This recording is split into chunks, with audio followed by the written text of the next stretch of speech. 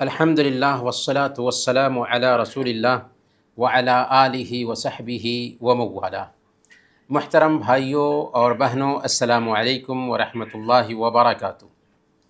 مائی path کا یہ 12واں class ہے، اور آپ جانتے ہیں کہ اس کلاس میں ہم قرآن سے ایک سورہ سیکھتے ہیں، عقیدہ کا ایک چیپٹر، فقہ، سیرت اور اخلاق سے بھی کچھ چیزیں سیکھتے ہیں۔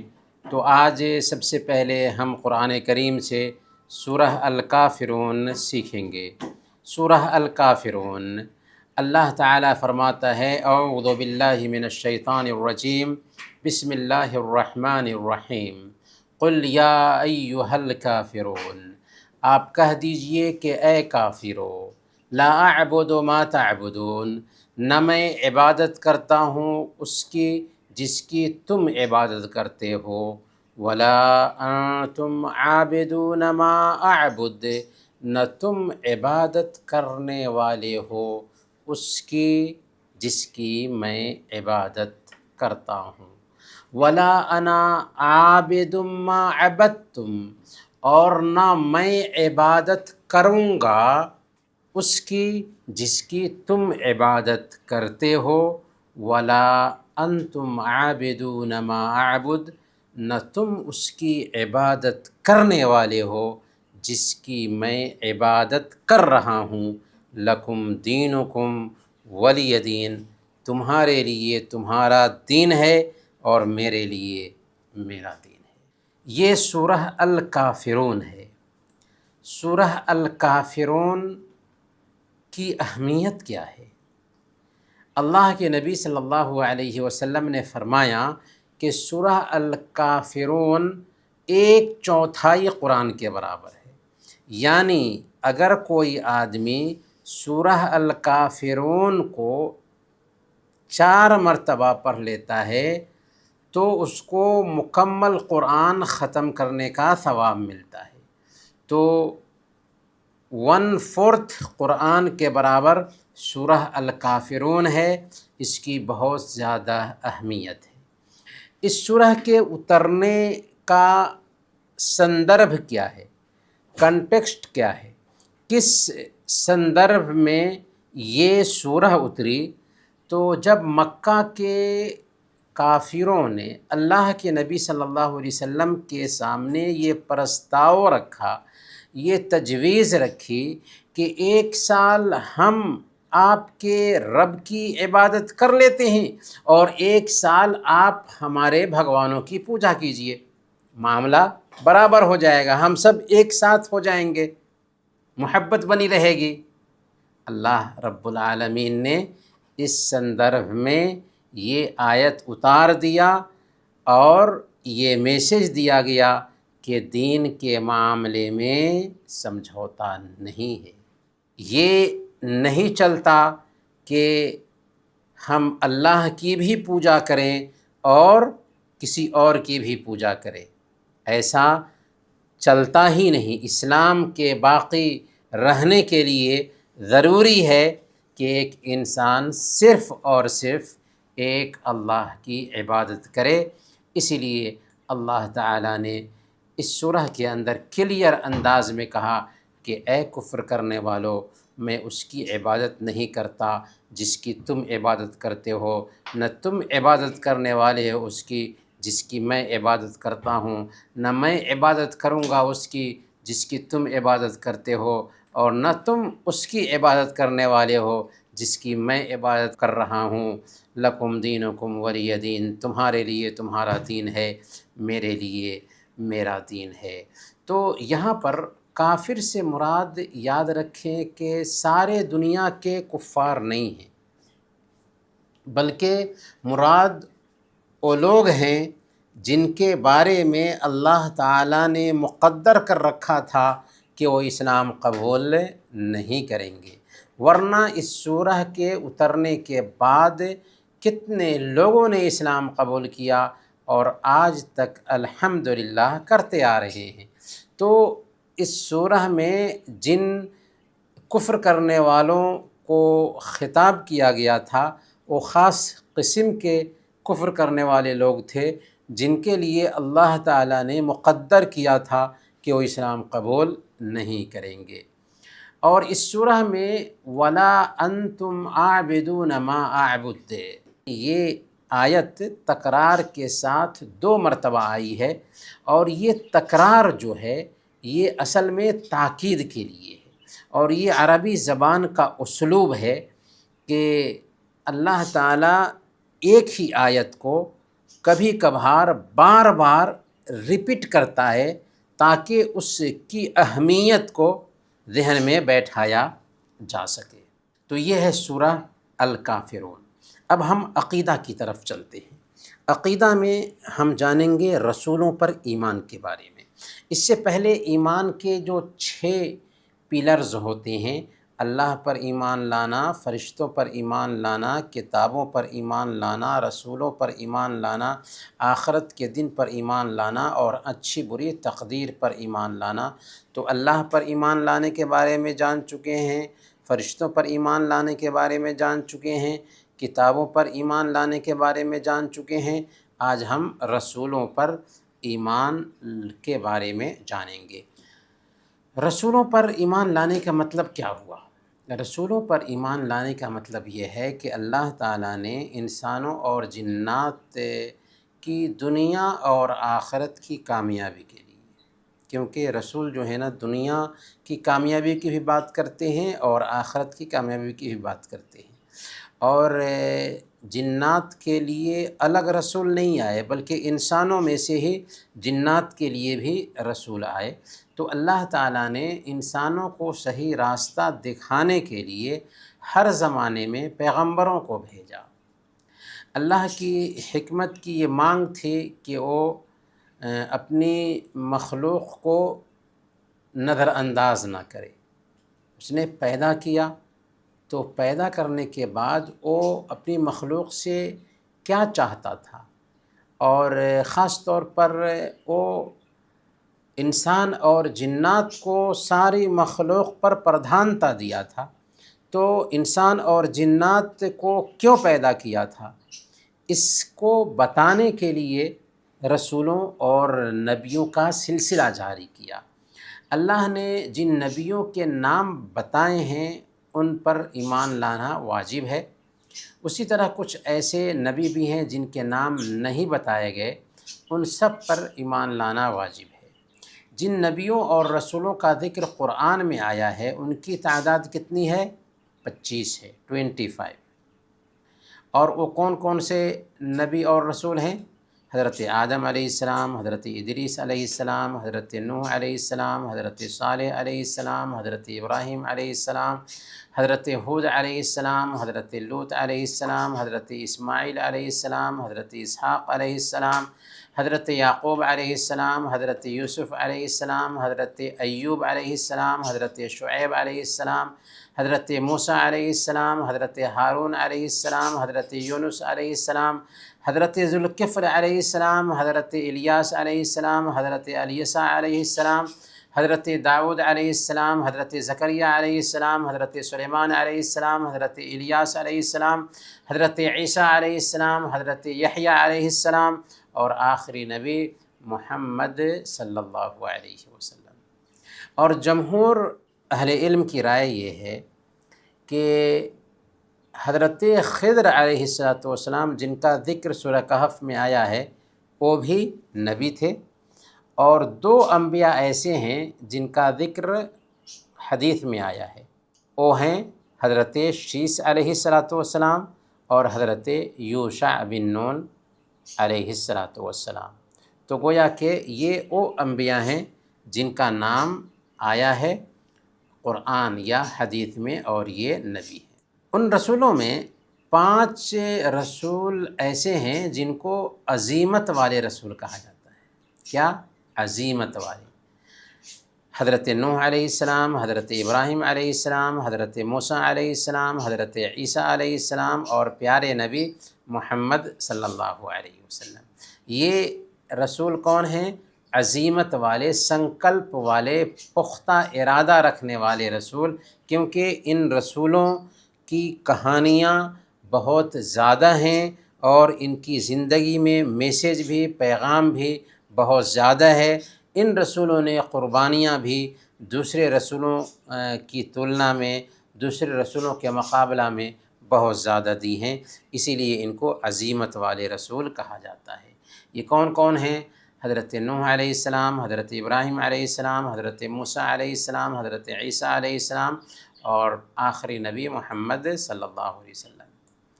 ہر ایک رسول پر ایمان لانا اور اس کی تصدیق کرنا واجب ہے۔ جس نے بھی ان میں سے کسی ایک کا انکار کیا نا، کسی ایک رسول کا انکار کر دیا، تو ایک کا انکار کرنا سارے نبیوں اور رسولوں کا انکار کرنا ہے۔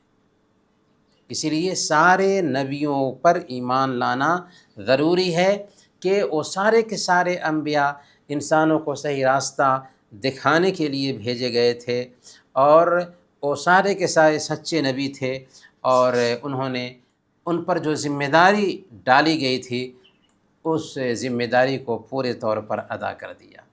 یہ ماننا بھی ضروری ہے کہ وہ علم اور عمل میں سارے انسانوں میں سب سے اچھے تھے، وہ مکمل انسان تھے، سچے انسان تھے، امانت دار انسان تھے، کیریکٹر کے اعتبار سے بہت ہی اچھے تھے۔ اللہ نے ان کو بہت سارے گنوں سے سسجت کیا ہوا تھا، وہ جھوٹ اور برائیوں سے بالکل دور ہوتے تھے، لیکن یہ بھی ایک سچائی ہے کہ وہ انسان ہی ہوتے تھے، کھاتے تھے، پیتے تھے، سوتے تھے، جاگتے تھے، شادیاں کرتے تھے، اٹھتے تھے، بیٹھتے تھے، ان کے پاس بچے بھی تھے، ان کے پاس بیویاں بھی تھیں۔ اللہ تعالیٰ نے فرمایا وَلَقَدْ أَرْسَلْنَا رُسُلًا مِّن قَبْلِكَ وَجَعَلْنَا لَهُمْ أَزْوَاجًا وَذُرِّيَّةً۔ ہم آپ سے پہلے بہت سارے رسول بھیج چکے ہیں، ہم نے ان سب کو بیوی اور بچوں والا بنایا تھا۔ یہاں پر ایک بہت اہم پوائنٹ نوٹ کرنے کا ہے کہ اسلام جو ہے نا سنیاسی نہیں بناتا ہم کو کہ سنسار تیاگ کر دیں، جنگل میں جا کر کے زندگی گزاریں، تپسیا کریں تاکہ خوب اللہ کے قریب بن سکیں اور اللہ میں مکس ہو جائیں۔ نہیں، یہ آستھا غلط ہے اسلام کی نظر میں۔ انبیاء جو سارے انسانوں میں سب سے افضل انسان تھے، اللہ کے سب سے قریب تھے، لیکن انہوں نے شادیاں کیں اور سماج میں وقت بتایا، سماج سدھار کا کام کیا۔ تو اسلام ہمیں فطری بات بتاتا ہے کہ سماج میں زندگی گزارو، سماج کے ساتھ رہو، سماج کے اندر زندگی گزارتے ہوئے بہتر سے بہتر انسان بنو۔ انبیاء کا ہم پر یہ حق ہے کہ ہم ان سے محبت کریں، ان کا احترام کریں، ان پر ایمان رکھیں، اور ان کے لیے ہر طرح کی قربانی دینے کے لیے تیار رہیں، کیونکہ ان کو ہر طرح سے آزمایا گیا، ان کو ستایا گیا، ان کو پریشان کیا گیا، کتنے نبیوں کو تو قتل کر دیا گیا۔ یہ سب اس لیے ہوا کہ انہوں نے انسانوں کے سامنے ان کے رب کا پیغام پیش کیا تھا، تاکہ وہ ایک اللہ کو ماننے والے بن جائیں، جنت حاصل کر لیں، جہنم میں جانے سے بچ جائیں، دنیا میں سکھ کی زندگی گزاریں اور مرنے کے بعد ہمیشہ ہمیش کی جنت پا سکیں۔ تو انسانوں کے شبھ چنتک تھے، انسانوں کی بھلائی کی تھی، لیکن انسانوں نے ان کو دھتکارا۔ اسی لیے ہمیں چاہیے کہ ایسے رسولوں سے محبت کریں اور ان کو ٹوٹ کر چاہیں۔ یاد رکھیں، ہم نے بتایا بھی اور ابھی بھی نوٹ کریں کہ رسول انسان ہوتے ہیں، وہ غیب کی باتیں نہیں جانتے، دیوار کے پیچھے کیا ہے اس کو وہ نہیں جانتے، پیٹھ پیچھے کیا ہے اس کو وہ نہیں جانتے۔ اس کے باوجود بھی ان کی کچھ خصوصیتیں ہوتی ہیں، ان کے کچھ گن ہوتے ہیں۔ ان گنوں میں سے پہلا گن یہ ہے کہ ان پر وحی اترتی ہے، وحی رسولوں پر ہی اترتی ہے، کسی عام انسان پر وحی نہیں اترتی، یعنی اللہ تعالیٰ کا پیغام اترتا ہے کتاب کی شکل میں۔ اللہ تعالیٰ نے فرمایا سورہ الکہف آیت نمبر 110 میں قل انما انا بشر مثلکم یوحی الی، آپ کہہ دیجئے اے محمد صلی اللہ علیہ وسلم انسانوں سے کہ میں تمہارے ہی جیسے ایک انسان ہوں۔ فرق کیا ہے کہ میری طرف وحی آتی ہے، مجھ پر وحی اترتی ہے۔ تو گویا کہ رسولوں کی پہلی خوبی کیا ہوئی کہ وہ انسان ہوتے تھے لیکن ان پر وحی اترتی تھی۔ دوسری خوبی رسولوں کی یہ ہوتی تھی کہ رسول معصوم ہوتے تھے، یعنی گناہوں سے پاک ہوتے تھے، میسیج کو پہنچانے میں پاک ہوتے تھے۔ اسی طریقے سے جو بڑے بڑے گناہ ہیں ان گناہوں سے بھی پاک ہوتے تھے، اشلیل باتوں سے پاک ہوتے تھے، برے اخلاق سے پاک ہوتے تھے، جھوٹ، وشواس گھات یعنی خیانت اور سندیش کو چھپانے میں پاک ہوتے تھے۔ ہاں، چھوٹے چھوٹے جو گناہ ہو سکتے ہیں، چھوٹے گناہ ان سے ہوئے لیکن وہ اس گناہ پر باقی نہیں رہے، بلکہ انہوں نے فوراً اس گناہ سے توبہ کیا اور اللہ نے ان کو تنبیہ کیا، اس لیے اس سے توبہ کر لیا۔ تو بڑے بڑے گناہ سے انبیاء پاک تھے، چھوٹے گناہ ہوئے اور فوراً انبیاء نے ان سے توبہ کر لیا۔ تیسری جو خوبی ہے انبیاء کی وہ یہ ہے کہ انبیاء کو میریکلز دیے جاتے ہیں، انبیاء کو معجزات دیے جاتے ہیں، انبیاء کو چمتکار دیے جاتے ہیں۔ مطلب کیا ہوا؟ یعنی ان کی نبی ہونے کا فرمان لوگوں کے سامنے کیسے ظاہر ہوگا، کیسے لوگ ان کو نبی سمجھ سکیں گے؟ اس کے لیے اللہ تعالیٰ نے یہ نظام رکھا کہ ایسی چیز عادت کے خلاف ان کے ہاتھ پر ظاہر کرے کہ جو نبی کے علاوہ کسی اور کے بس کی بات نہ ہو، اور وہ چیز چیلنج کے طور پر ہو۔ اسی لیے اللہ تعالیٰ نے نبیوں کو معجزات دیے تاکہ وہ چیز جب ظاہر ہوگی تو لوگ سمجھ لیں گے کہ یہ عام انسانوں کے جیسے نہیں ہیں بلکہ یہ نبی ہیں۔ نبیوں کو جو معجزات دیے گئے تھے وہ الگ الگ قسم کے تھے۔ محمد صلی اللہ علیہ وسلم کو قرآن دیا گیا جو قیامت کے دن تک کے لیے ایک معجزہ ہے۔ قرآن معجزہ کیسے ہے؟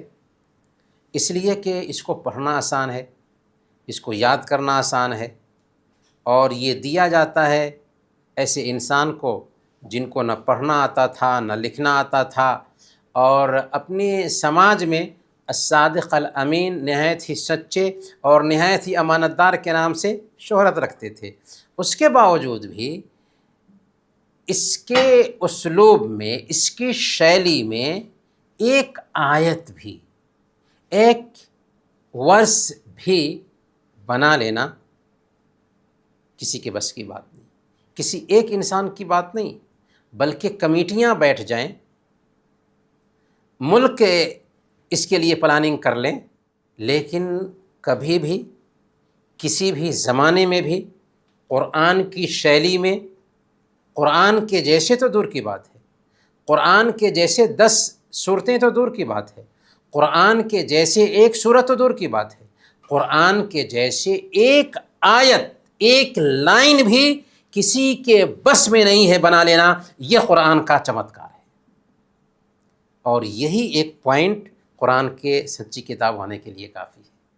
اسی طریقے سے اللہ تعالیٰ نے محمد صلی اللہ علیہ وسلم کے لیے چاند کو 2 ٹکڑے کر دیا، یہ بھی محمد صلی اللہ علیہ وسلم کا معجزہ تھا۔ حضرت عیسیٰ علیہ السلام کے چمتکاروں میں سے مردوں کو زندہ کر دینا ہے، اندھے کی آنکھ کو ٹھیک کر دینا ہے، لیکن یہ سب ہوتا تھا اللہ کی اجازت سے۔ ایسا نہیں کہ عیسیٰ علیہ السلام کے ہاتھ پر یہ چیزیں ظاہر ہوئی تو سن آف گاڈ ہو گئے، غلط ہے، یہ بھی اللہ کی اجازت سے ہوتا تھا۔ اسی طریقے سے حضرت موسیٰ علیہ السلام کے چمتکاروں میں سے یہ ہے کہ وہ بغل میں ہاتھ دبا کر کے نکالتے تھے تو ہاتھ میں لائٹ آ جاتا تھا، ہاتھ چمکنے لگتا تھا۔ اسی طریقے سے لاٹھی پھینکتے تو سانپ کی شکل اختیار کر لیتی۔ اسی طریقے سے سمندر میں لاٹھی مارا تو سمندر میں راستہ بن گیا۔ تو یہ چمتکار تھا ان انبیاء کا۔ لیکن یہ بات بھی نوٹ کریں، یہی سچائی ہے۔ اسلام جو ہے نا ہمیں ہر جگہ پر سچائی بتاتا، لوگ کیسے گمراہ ہو گئے اس کو کلیئر کر کے بتاتا ہے کہ یہ سارے چمتکار انبیاء نے پیش کیے، لیکن ان چمتکاروں کی بنیاد پر ان کے اندر کوئی ایشوریہ گن نہیں آیا، کوئی انسان ہی رہے۔ سارے نبیوں نے یہی کہا کہ دیکھو، ایک اللہ کی عبادت کرنا اور اللہ کے علاوہ کسی اور کی عبادت مت کرنا۔ ما لکم من الہ غیرہ، اللہ کے علاوہ تمہارا کوئی معبود نہیں۔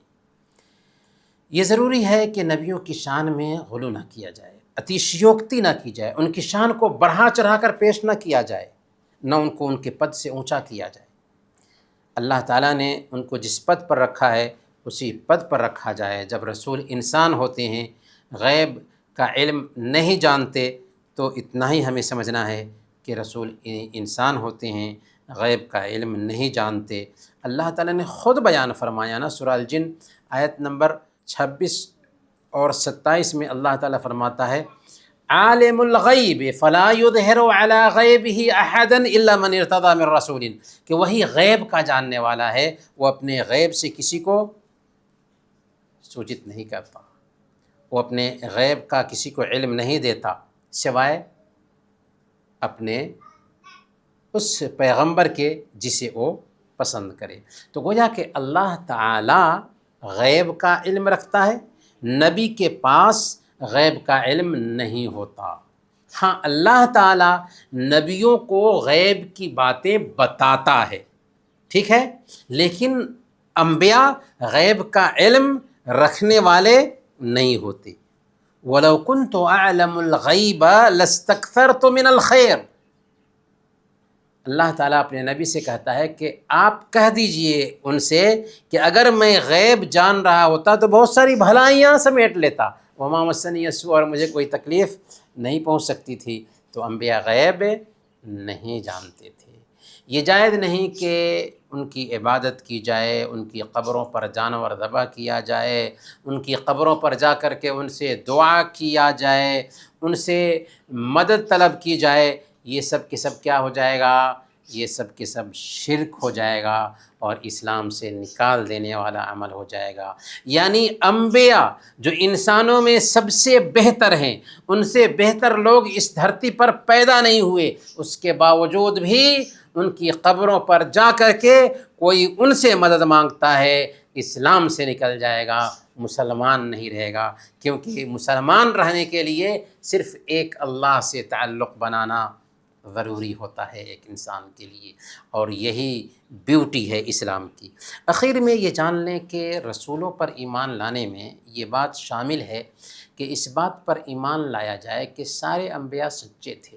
جس کسی نے بھی ان میں سے کسی ایک کی رسالت کا انکار کیا، گویا کہ اس نے سارے رسولوں کا انکار کیا۔ اسی طرح اس بات پر بھی ایمان رکھیں کہ اللہ کے نبی صلی اللہ علیہ وسلم سے پہلے جتنے بھی رسول آئے، ان رسولوں کا آتھینٹک ریکارڈ باقی نہیں رہا۔ اسی لیے اللہ تعالیٰ نے سب سے اخیر میں آخری نبی محمد صلی اللہ علیہ وسلم کو بھیجا اور آپ کی زندگی کو محفوظ کیا، آپ کی باتوں کو محفوظ کیا، اور آپ جو قرآن لائے اس قرآن کو بھی بالکل محفوظ رکھا۔ اب آپ کی جو شریعت ہے بالکل آتھینٹک طریقے سے آج محفوظ ہے۔ اس لیے انسانوں کو اگر کہیں نجات مل سکتی ہے تو وہ صرف اور صرف اللہ کے نبی صلی اللہ علیہ وسلم کی لائی ہوئی شریعت میں ہی نجات مل سکتی ہے، کیونکہ آپ کے آنے کے بعد پچھلی ساری شریعتیں نرست ہو چکی ہیں، آؤٹ آف ڈیٹ ہو چکی ہیں، منسوخ ہو چکی ہیں۔ اب کسی کے لیے جائز نہیں کہ حضرت عیسیٰ علیہ السلام کی تعلیم پر، حضرت موسیٰ علیہ السلام کی تعلیم پر یا کسی اور نبی کی تعلیم پر عمل کرے۔ ہاں، قرآن میں ان کا کوئی پیغام ہے اور قرآن نے اس کی تائید کی ہے تو ضرور اس پر عمل ہوگا۔ یہاں پر یہ بات ذرا بودھک انداز میں بھی سمجھنے کی ہے کہ ایک سرکار کسی ملک میں اپنے ایمبیسڈر کو بھیجتی ہے تو ظاہر ہے کہ ایمبیسڈر کا جو کام ہے اسی وقت تک جاری رہے گا جب تک کہ وہ اپنے پد پر آسین رہے گا۔ اگر ایمبیسڈر کی مدت ختم ہو جاتی ہے اور پھر اس کے بعد دوسرا ایمبیسڈر آتا ہے تو کیا پہلا جو ایمبیسڈر تھا جس کی مدت ختم ہو چکی ہے اپنی چلائے گا؟ اور اگر اپنی چلائے تو کیا اس کی بات مانی جائے گی؟ نہیں۔ کیوں نہیں مانی جائے گی؟ اس لیے کہ اس کا وقت ختم ہو چکا ہے۔ بالکل ویسے ہی اللہ تعالیٰ نے انسانوں کے سدھار کے لیے ہر زمانے میں نبیوں اور رسولوں کو بھیجا، کیونکہ یاتایات کے سادھن نہیں تھے، ایک ملک کا دوسرے ملک سے تعلق نہیں تھا، دوسری زبانوں کو سیکھنے کا چلن نہیں تھا، اسی لیے الگ الگ جگہوں پر بہت سارے نبی اور رسول آئے۔ پر 7ویں شتابدی عیسوی میں جب ایک ملک کا دوسرے ملک سے تعلق بننے لگا، دوسری زبانوں کو سیکھنے کا چلن عام ہو گیا اور یاتایات کے سادھن بھی ٹھیک ہو گئے، تو اللہ تعالیٰ نے آخری نبی محمد صلی اللہ علیہ وسلم کو بھیجا سارے انسانوں کے لیے۔ اللہ کی چاہت بھی یہی تھی کہ سارے انسانوں کے لیے ایک ہی نبی آئے، لیکن شروع میں ایسا کرنا ممکن نہیں تھا، لیکن 7ویں شتابدی عیسوی میں یہ ممکن ہو گیا۔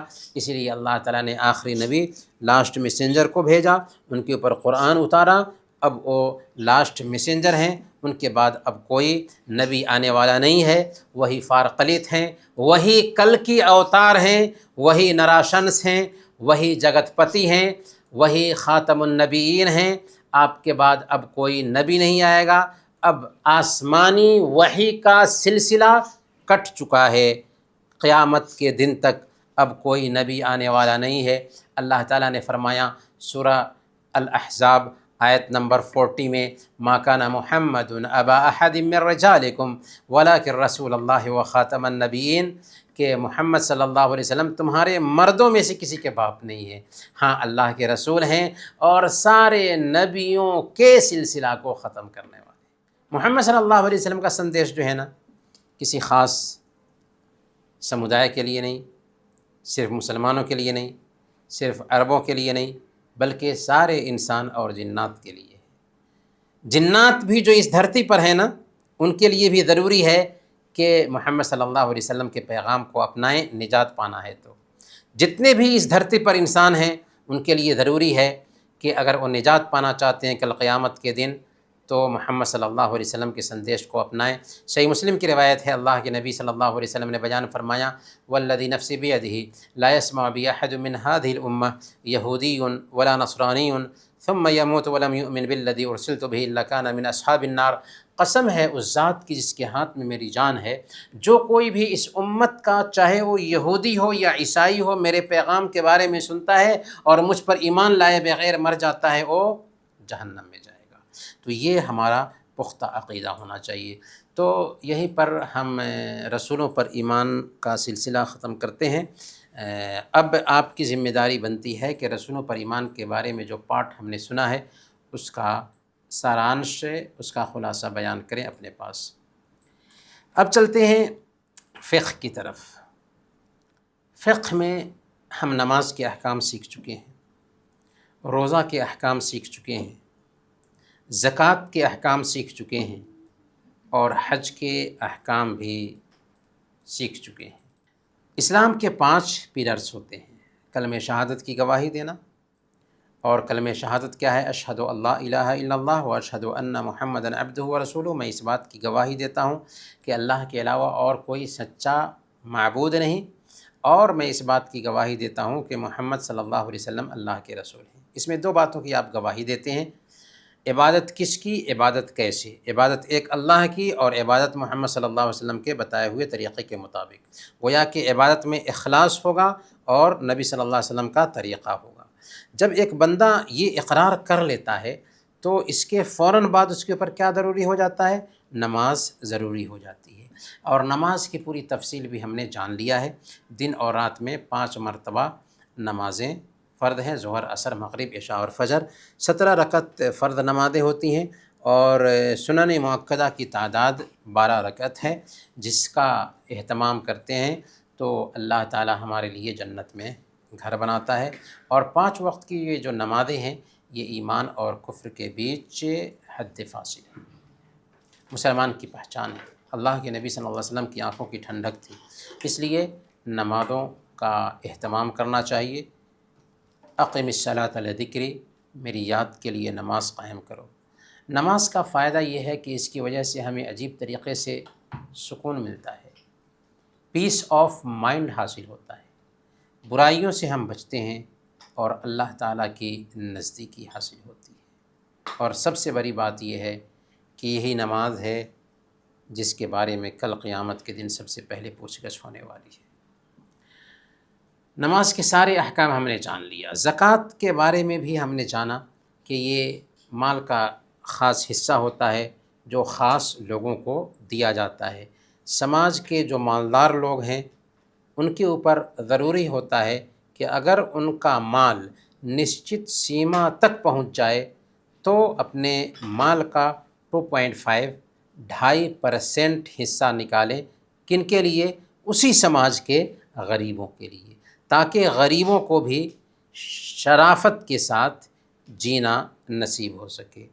زکوٰۃ نکالتے ہیں تو اس کا فائدہ کیا ہوتا ہے کہ ہمارا مال پاک ہو جاتا ہے، سماج سے غربت ختم ہوتی ہے، سماج میں چوری نہیں ہوتی، ڈکیتی نہیں ہوتی، اور امن اور پیس کا ماحول بنتا ہے۔ زکوٰۃ کن کو دی جائے گی؟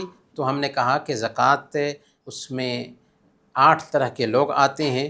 سورہ التوبہ آیت نمبر 60 میں ان کی تفصیل بیان کی گئی ہے، لیکن بنیادی طور پر ہمارے سماج میں جو غریب اور مسکین ہیں وہ اس کے حقدار ٹھہرتے ہیں۔ اسی طریقے سے ہم نے روزہ کے احکام بھی جانا۔ روزہ رمضان کا 1 مہینے کا روزہ ہر مسلمان پر فرض ہے۔ اللہ تعالیٰ فرماتا ہے یا ایھا الذین آمنوا کتب علیکم الصیام کما کتب علی الذین من قبلکم لعلکم تتقون، کہ اے ایمان والو تم پر روزے فرض کیے گئے ہیں جس طرح تم سے پہلے لوگوں پر روزے فرض کیے گئے تھے تاکہ تمہارے اندر تقوی آ جائے۔ گویا کہ روزہ کیوں فرض کیا گیا ہے؟ اس کی وجہ سے ہمارے اندر اللہ کی نگرانی کا احساس پیدا ہوتا ہے، صبر کی تربیت ملتی ہے، اور اپنے آپ پر کنٹرول رکھنے کا جذبہ پیدا ہوتا ہے۔ تو اسلام کی جو عبادتیں ہیں وہ ہمارے اپنے فائدے کے لیے ہیں۔ نماز کا فائدہ ہمیں ملتا ہے۔ اللہ نے فرمایا ان الصلاۃ تنہی عن الفحشاء والمنکر، نماز بے حیائی اور بری باتوں سے روکتی ہے۔ زکوٰۃ کا فائدہ ہمیں ملتا ہے، زکوٰۃ دینے کی وجہ سے نفس پاک ہوتا ہے اور سماج میں غریبوں کی ضرورت پوری ہوتی ہے، سماج سے چوری اور ڈکیتی کے واردات اس کی گھٹنائیں ختم ہوتی ہیں۔ اسی طریقے سے روزہ رکھتے ہیں تو اس کا فائدہ ہمیں حاصل ہوتا ہے۔ ابھی ہم نے جانا کہ اللہ نے فرمایا لعلکم تتقون، تاکہ تمہارے اندر تقوی پیدا ہو جائے، اللہ کی نگرانی کا احساس پیدا ہو جائے۔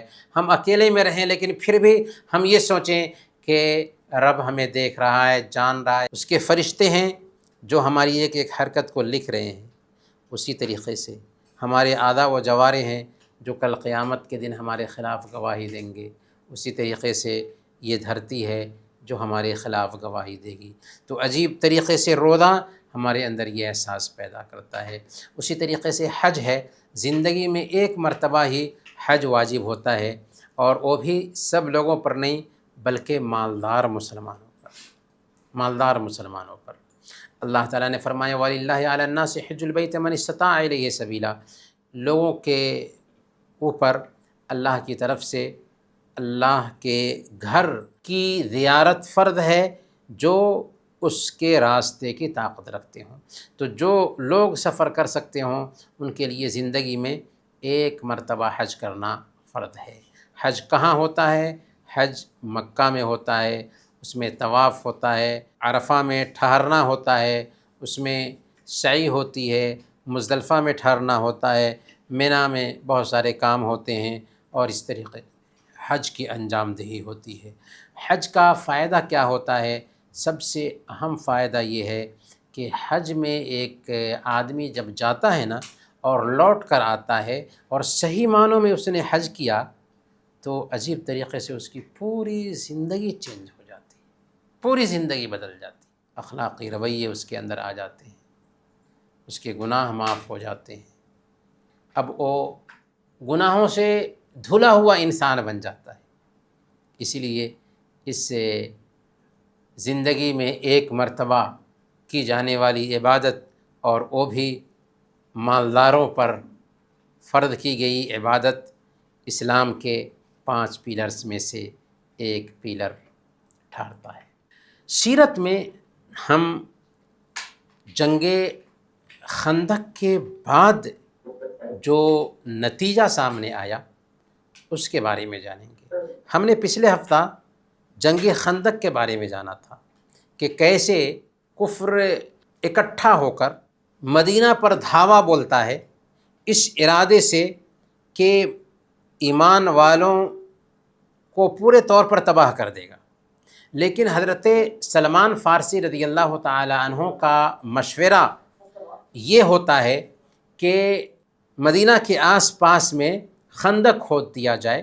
تو اس میں سلمان فارسی رضی اللہ تعالی عنہ کا مشورہ قبول کرتے ہیں اور مدینہ کے آس پاس میں خندق کھود دیتے ہیں، جس کا فائدہ یہ ملتا ہے کہ دشمن بڑی تعداد میں آئے تھے، وہ مدینہ میں گھس نہیں سکے، اور اللہ تعالیٰ نے ان کے اوپر آندھی بھیج دی، بارش ہوئی، اور سب کے سب ڈر سے چلے گئے، لوٹ کے واپس ہو گئے۔ اس جنگ خندق میں ہوا یہ تھا کہ مدینہ میں 3 قبائل تھے یہودیوں کے، اللہ کے نبی صلی اللہ علیہ وسلم کے زمانے میں، بنو قینقاع، بنو نذیر اور بنو قریظہ۔ بنو قریظہ نے غداری کی۔ بنو قریظہ کی غداری کو ہم سمجھیں گے، لیکن اس سے پہلے 3 جو قبائل ہیں ان سب کو ہم جان لیتے ہیں۔ سب سے پہلے بنو قینقاع، یہ یہودی قبیلہ تھا جو مدینہ میں رہتا تھا، اور یہ لوگ سونار اور دھاتوں کے کاریگر تھے۔ جب جنگ بدر ہوئی تو اس کے بعد ایک مسلمان عورت کی ایک یہودی نے، بنو قینقاع کے ایک یہودی نے بے حرمتی کی، جس کی وجہ سے ایک مسلمان غیرت میں آ کر کے اس یہودی کو قتل کر دیا۔ تو اس کے بعد کھلم کھلا دشمنی پر یہودی آمادہ ہو گئے۔ اللہ کے نبی صلی اللہ علیہ وسلم نے ان کا گھیراؤ کیا، اور 15 دن کے بعد یہ ہتھیار ڈالنے پر مجبور ہو گئے، اور پھر وہاں سے ان کو نکال دیا گیا اور شام کی طرف چلے گئے۔ تو ان کی شرارت دیکھیے کہ ایک مسلمان عورت کے ساتھ بے حرمتی کرنے پر یہ اتاولے ہو گئے، یہاں تک کہ ان کو ان کی سزا ملی۔ بنو النذیر جو تھے یہ بھی یہودی تھے اور مدینہ میں رہتے تھے، کھیتی باڑی کیا کرتے تھے۔ غزوہ احد کے بعد انہوں نے اللہ کے نبی صلی اللہ علیہ وسلم کے قتل کی سازش رچنی شروع کر دی۔ اللہ کے نبی صلی اللہ علیہ وسلم ان کے پاس گئے تھے، کیونکہ اللہ کے نبی صلی اللہ علیہ وسلم جب مدینہ میں آئے تھے نا، تو سارے یہودی قبائل سے ایگریمنٹ کیا تھا کہ ہم ایک دوسرے کا ساتھ دیں گے اور ملک کی حفاظت کریں گے۔ تو ایک فدیہ کی بات کرنے کے لیے بنو نذیر کے پاس گئے تھے، لیکن ان لوگوں نے کیا کیا، اپنے آدمی کو بھیجا کہ محمد صلی اللہ علیہ وسلم جہاں پر کھڑے ہوئے ہیں چھت کے اوپر سے ان کے اوپر ایک پتھر گرا دو۔ اسی پلان کے ساتھ آدمی جا ہی رہا تھا کہ اللہ تعالیٰ نے اپنے نبی کو وحی کے ذریعہ خبر دے دیا کہ ان کا ایسا پلان ہے، آپ وہاں سے نکل جائیے۔ چنانچہ اللہ کے نبی صلی اللہ علیہ وسلم فوراً وہاں سے نکل آئے، اور پھر ان کی گھیرا بندی ہوئی، انہوں نے ہتھیار ڈال دیا، اور ایگریمنٹ کے مطابق ان کو بھی مدینہ سے نکال دیا گیا۔ یہ خیبر میں جا کر کے بس گئے، اور کچھ لوگ شام چلے گئے تھے۔ تیسرا جو قبیلہ تھا وہ بنو قریظہ تھا۔ بنو قریظہ نے کیا کیا، جنگ خندق جو ہوئی تھی تو ایگریمنٹ کے مطابق اس جنگ میں بنو قریظہ کو مسلمانوں کا ساتھ دینا چاہیے تھا، کیونکہ ملک ان کا بھی تھا، لیکن انہوں نے غداری کی، دشمنوں کا ساتھ دیا اور دشمنوں سے مل گئے۔ تو اس کا انجام ان کو یہ بھگتنا پڑا کہ حضرت سعد بن معاذ رضی اللہ تعالیٰ عنہ جو ان کے پہلے حلیف رہ چکے تھے، انہی کو ان کے حق میں فیصلہ کرنے کے لیے طے کیا گیا تھا۔ حضرت سعد بن معاذ رضی اللہ تعالیٰ عنہ نے فیصلہ کیا کہ ان کے جتنے مرد ہیں ان کو سزا کے طور پر قتل کیا جائے اور ان کی عورتوں کو قیدی بنایا جائے، کیونکہ یہ بہت بڑے مجرم تھے کہ انہوں نے ملک کے ساتھ غداری کی تھی۔ تو یہ رہا غزوہ خندق کے بعد کا حال۔ اب ہم چلتے ہیں آخری چیپٹر میں، اور وہ ہے اخلاق۔ اخلاق میں آج ہم ایک پڑوسی کا حق دوسرے پڑوسی پر کیا ہے اسے ہم جانیں گے۔ صحیح بخاری صحیح مسلم کی روایت ہے، حضرت ابو ہریرہ رضی اللہ تعالیٰ عنہ بیان فرماتے ہیں کہ اللہ کے نبی صلی اللہ علیہ وسلم نے بیان فرمایا، من کان یؤمن باللہ والیوم الآخر فلا یؤذی جارہ، کہ جو کوئی اللہ پر اور آخرت کے دن پر ایمان رکھتا ہو وہ اپنے پڑوسی کو نہ ستائے۔ اس حدیث سے کلیئر انداز میں ہمیں یہ بات سمجھ میں آتی ہے کہ پڑوسیوں کا اسلام میں بہت زیادہ حق ہے، اور پڑوسی وہ بھی ہوتا ہے جس کے ساتھ کبھی کبھار بیٹھنے کا موقع ملے، جیسے بس میں، ٹرین میں، فلائٹ میں، یا کسی پارک میں ہم بیٹھے ہوئے ہیں، ہمارے بازو میں کوئی بیٹھا ہوا ہے، وہ بھی ایک طریقے سے ہمارا پڑوسی ہو جاتا ہے، اس کا بھی ہمارے اوپر حق ہے۔ یہاں تک کہ غیر مسلم بھی اگر ہمارے بازو میں رہتے ہیں وہ بھی ہمارے پڑوسی ہیں، ان کا بھی ہمارے اوپر حق ہے۔ اللہ کے نبی صلی اللہ علیہ وسلم نے بیان فرمایا کہ جو کوئی اللہ پر اور آخرت کے دن پر ایمان رکھتا ہو اس کو چاہیے کہ وہ اپنے پڑوسی کو تکلیف نہ پہنچائے۔ اللہ کے نبی صلی اللہ علیہ وسلم کے پاس ایک عورت کا ذکر کیا گیا جو بہت ہی نمازی ہے، روزہ رکھتی ہے، صدقہ خیرات کرتی ہے، لیکن اپنے پڑوسیوں کو ستاتی ہے۔ آپ نے فرمایا وہ جہنم میں جائے گی۔ دوسری عورت کا ذکر کیا گیا جو نماز میں شہرت نہیں رکھتی، روزے میں شہرت نہیں رکھتی، صدقات و خیرات میں بھی شہرت نہیں رکھتی، ہلکا پھلکا صدقہ کر لیتی ہے، لیکن اپنے پڑوسیوں کے ساتھ اچھا معاملہ کرتی ہے۔ آپ نے فرمایا وہ جنت میں جائے گی۔ تو یہ بات نوٹ کریں کہ اسلام صرف پوجا پاٹ کا دھرم نہیں ہے۔ اس کا مطلب یہ بھی نہیں ہے کہ عبادت کو نظر انداز کیا جائے گا، نہیں۔ نماز نہیں ہے تو کچھ بھی نہیں ہے، لیکن نماز کے ساتھ ساتھ معاملات کو ٹھیک کرنا ضروری ہے۔ اگر نماز ہے معاملات ٹھیک نہیں ہیں تو اس کی سزا ہمیں بھگتنی ہوگی۔ تو معاملات بہت اہمیت رکھتے ہیں۔ صحیح بخاری کی روایت ہے، اللہ کے نبی صلی اللہ علیہ وسلم نے بیان فرمایا، واللہ لا یؤمن واللہ لا یؤمن واللہ لا یؤمن، اللہ کی قسم وہ مومن نہیں، اللہ کی قسم وہ مومن نہیں، اللہ کی قسم وہ مومن نہیں۔ پوچھا گیا کون یا رسول اللہ؟ آپ نے فرمایا الذی لا یأمن جارہ بوائقہ، جس کا پڑوسی اس کی شرارت سے محفوظ نہ ہو وہ مومن نہیں، جس کا پڑوسی اس کے کشٹ سے، اس کی تکلیف سے سرکشت نہ رہے وہ مومن نہیں۔ تو ایمان کے لیے ضروری ہے کہ ہم اپنے پڑوسیوں کے ساتھ میں اچھا معاملہ کریں، لین دین کریں، ہمارے گھر میں کچھ بنتا ہے تو اس تک پہنچائے، اور اپنی کسی بھی حرکت سے اپنے پڑوسی کو تکلیف نہ دیں۔ انہیں کچھ باتوں کے ساتھ آج کا یہ درس ہم ختم کرتے ہیں، اور اللہ تعالیٰ سے دعا کرتے ہیں کہ اللہ تعالیٰ ہم سب کو جو کچھ بھی ہم نے سیکھا ہے اس پر عمل کرنے کی توفیق عطا فرمائے۔ آمین۔ وصلی اللہ علی نبینا محمد وعلی آلہ وصحبہ اجمعین۔